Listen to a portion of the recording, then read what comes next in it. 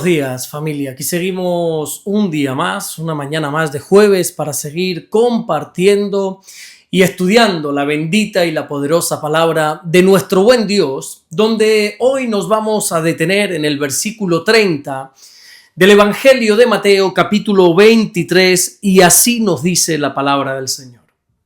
Y decís, si hubiésemos vivido en los días de nuestros padres, no hubiéramos sido sus cómplices en la sangre de los profetas. Mira, voy a comenzar este mensaje yendo totalmente al grano. Si hay algo peor que la hipocresía, es justificarse mientras se practica esa hipocresía.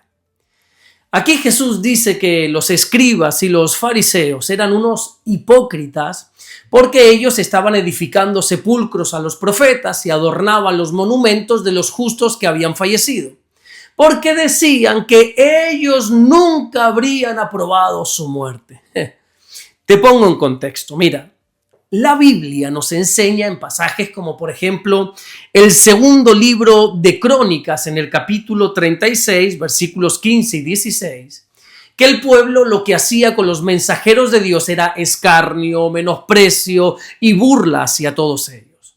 Ayer citaba, por ejemplo, el versículo de Nehemías, capítulo 9, versículo 26, donde literalmente dice que el pueblo mató a los profetas. Jeremías también dice lo mismo cuando en el capítulo 2 y en el versículo 30 afirma que la espada de ellos devoró a los profetas como un león destrozador. Oseas en el capítulo 9, versículo 7 dice que el pueblo veía a los profetas como personas locas, personas insensatas. Bueno, y así podríamos seguir por un largo rato viendo cómo era el trato hacia los profetas, donde en el mejor de los casos se burlaban de ellos y en el peor de los casos los mataban. Pero los escribas y los fariseos dijeron que ellos nunca habrían cometido esa atrocidad. Pero todos sabemos que no es así. Date cuenta que fueron ellos, precisamente los fariseos, quienes entregaron a Jesús al imperio romano para que Jesús fuera crucificado. Mira esta contradicción. Los fariseos estaban condenando las acciones de sus antepasados, pero ellos al final estaban replicando las mismas actitudes. Ellos se estaban comportando de la misma manera. Y yo veo en estas palabras no solamente hipocresía por parte de ellos, sino que también aquí está saliendo a relucir su orgullo. Ellos se veían superiores a sus antepasados. Ellos decían que nunca habrían caído en ese pecado ya. De la misma manera que hay creyentes hoy en día que se pasan la vida juzgando los pecados de otras personas diciendo yo nunca haría eso. Pero la Biblia dice, a través del apóstol Pablo, en esa primera carta que le escribe a los Corintios, allí en el capítulo 10 y en el versículo 12, que el que piensa estar firme, cuidado que no caiga. A estas alturas de la vida, creo que ya deberíamos tener claro que el corazón humano es mucho más débil de lo que nosotros imaginamos. La historia bíblica demuestra que cualquiera puede caer. Encontramos a un hombre conforme al corazón de Dios, como lo fue el rey David, cayendo en pecado. Vemos también a un hombre como el apóstol Pedro, que vivió 3 años de su vida pegado a Jesús y al final acabó negándolo. Encontramos, al juez más fuerte que tuvo Israel, llamado Sansón, que también cayó en pecado. El propio Abraham, que nosotros lo conocemos como el padre de la fe, la Biblia nos muestra cómo en un momento dado mintió. Bueno, y así podríamos seguir por prácticamente todos los personajes bíblicos. Uno tras otro vamos a encontrar el mismo patrón, el patrón de que nadie está exento de caer. Los fariseos estaban tan cegados por su religiosidad que no solo se creían superiores, mejores que sus antepasados, sino que además ellos decían que jamás cometerían esos pecados. Y aquí yo llego a la conclusión que el orgullo espiritual convence a las personas de que son superiores sobre los demás. El orgullo te hace creer que estás por encima de ciertas caídas. Te hace creer que hay cosas que nunca harías y jamás de los jamases llegarías a cometer pecados que otros sí cometieron. Pero la Biblia nos advierte una y otra vez que nadie está exento de caer.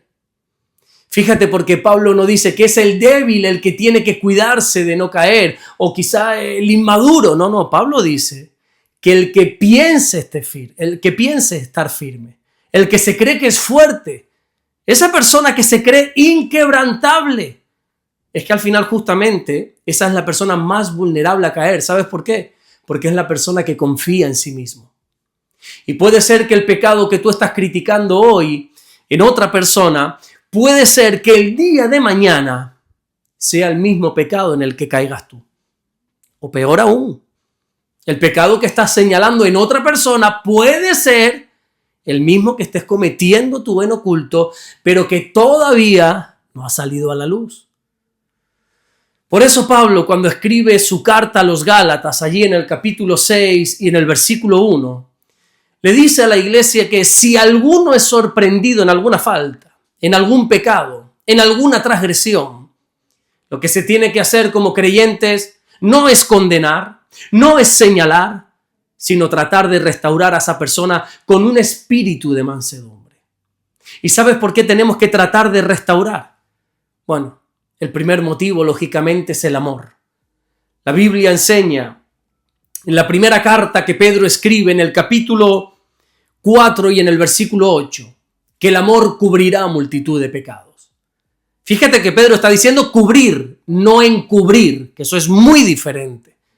Cubrir significa actuar con misericordia, actuar así, de esta manera, para no avergonzar, para no destruir al que cayó. Pero el otro motivo por el cual nosotros tenemos que tratar de restaurar a esa persona que ha caído es, como dice Pablo en este versículo que te estoy explicando también de Gálatas capítulo 6, versículo 1, es porque nos tenemos que considerar a nosotros mismos. No vaya a ser que nosotros también seamos tentados.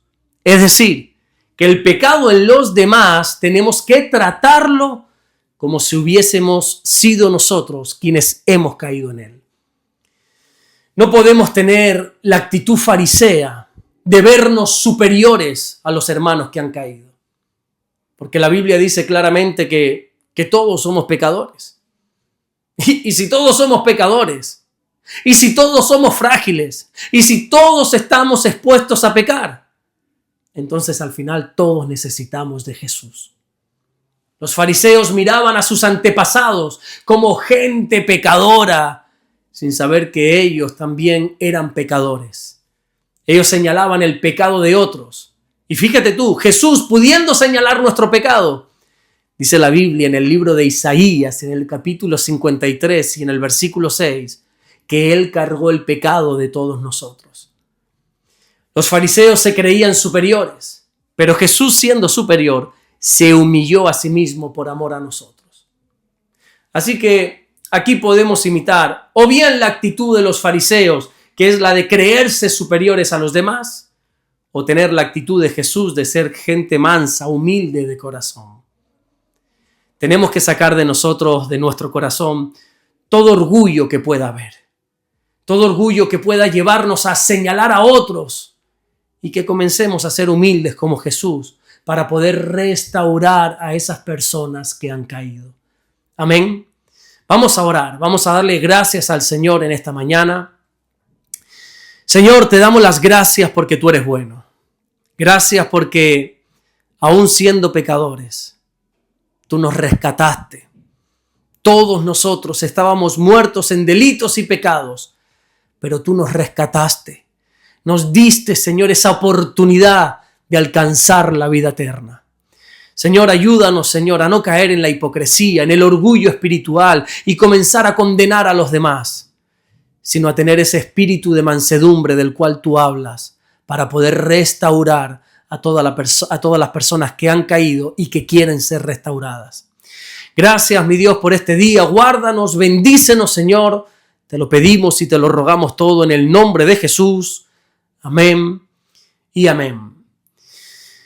Que Dios te bendiga. Nos vemos mañana viernes, Dios mediante, para seguir compartiendo la palabra del Señor.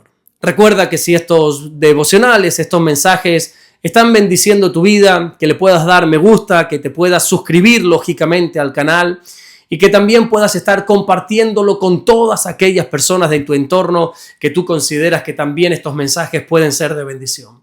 Nos vemos mañana para seguir compartiendo el mensaje del Señor. Dios te bendiga.